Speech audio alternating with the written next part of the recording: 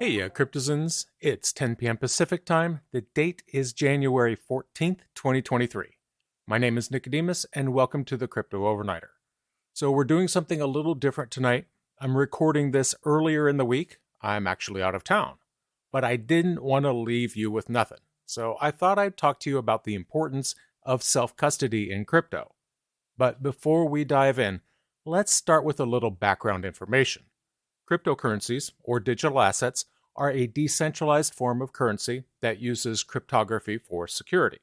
They operate on a peer-to-peer network rather than being regulated by a central authority like a bank or a government. This is stuff we all know. One of the main draws of cryptocurrencies is their potential for anonymity. Transactions can be made without revealing your personal identity, and the decentralized nature of the network means that there's no central point of control.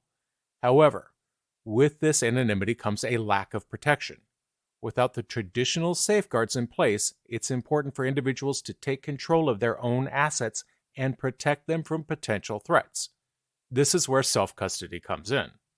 Self-custody means that you are responsible for the safekeeping of your own digital assets.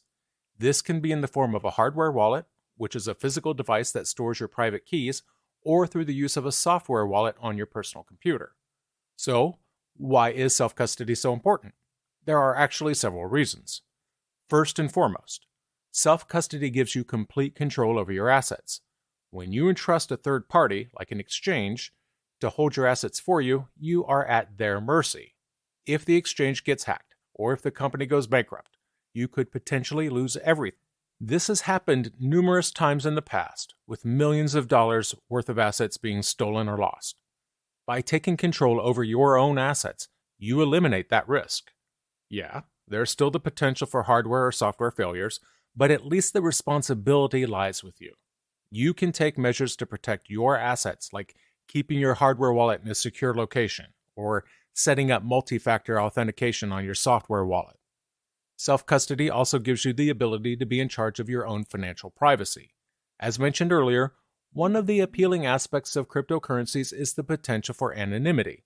However, when you use a third party to hold your assets, you are entrusting them with your personal information and your transaction history. This information can be used for marketing purposes, or it could even be used by hackers. By self-custodying, you can retain control over your personal information and can choose to share it or not. You can take steps to further protect your privacy, like using a hardware wallet that doesn't require you to enter any personal information. Another reason to consider self-custody is to avoid potential government interference. Cryptocurrencies are still a relatively new and unregulated asset class, and it's unclear how governments are going to approach them in the future.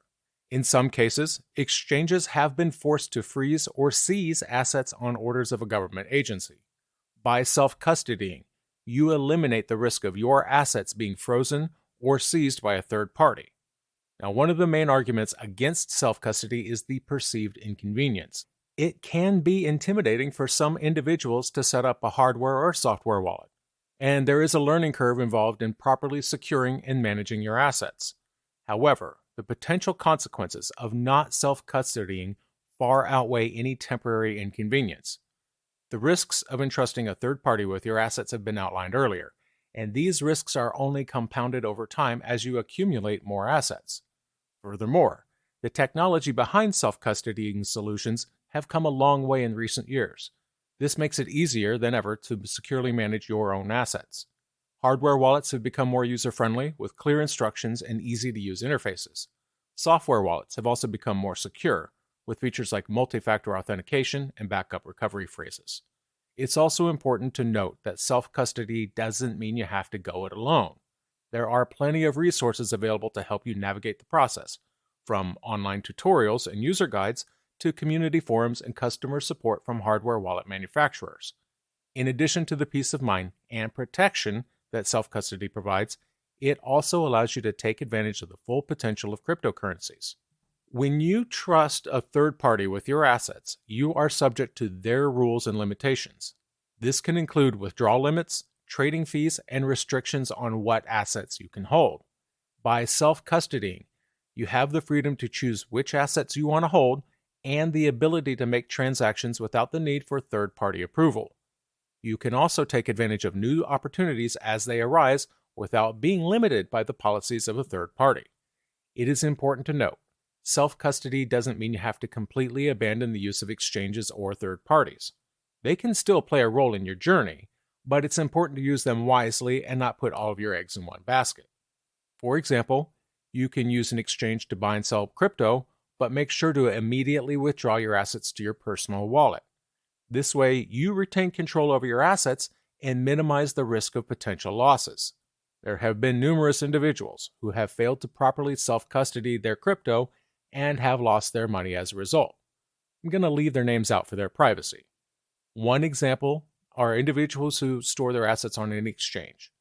While exchanges can be a convenient place to buy and sell crypto, they're also a prime target for hackers. In the past, there have been numerous instances of exchanges being hacked, resulting in the loss of $1 million worth of assets. One high-profile example, an exchange was hacked and the attackers were able to steal the personal information of millions of users, as well as a significant amount of assets. Many of these individuals lost their entire life savings as a result of the hack.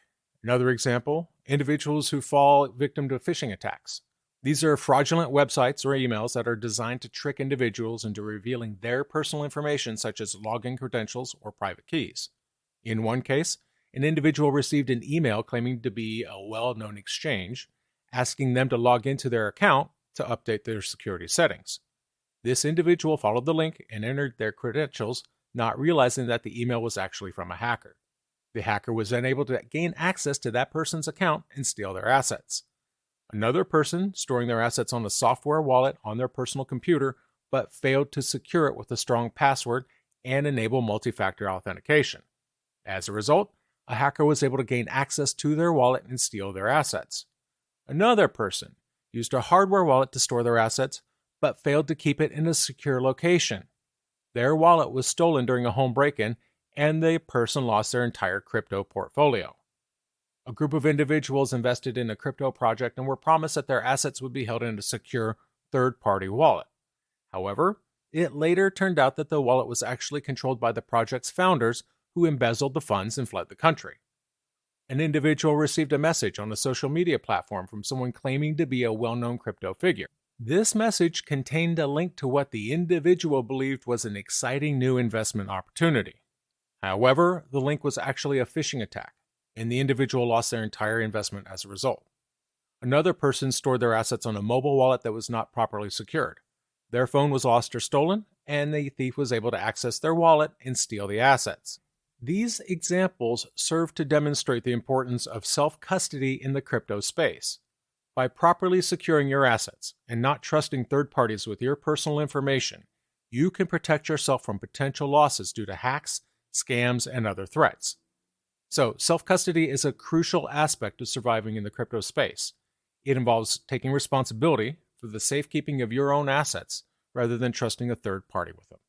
There are several reasons why it's important. First and foremost, it gives you complete control over your assets. Whenever you entrust a third party like an exchange to hold your assets for you, you're at their mercy. If the exchange gets hacked or if the company goes bankrupt, you could potentially lose everything. This has happened a number of times in the past, with millions of dollars lost or stolen. By taking control of your assets, you eliminate this risk. Self-custody also gives you the ability to be in charge of your own financial privacy. When you use a third party to hold your assets, you are entrusting them with your personal information and transaction history. This information can be used by marketing purposes, but it could also potentially be used by hackers. By self-custodying, you retain control over your personal information and can choose to share it or not. You can also take steps to further protect your privacy, like using a hardware wallet that doesn't require you to enter any personal information. Another reason to consider self-custody is to avoid potential government interference. Crypto is still relatively new. It's unclear how governments will approach them in the future.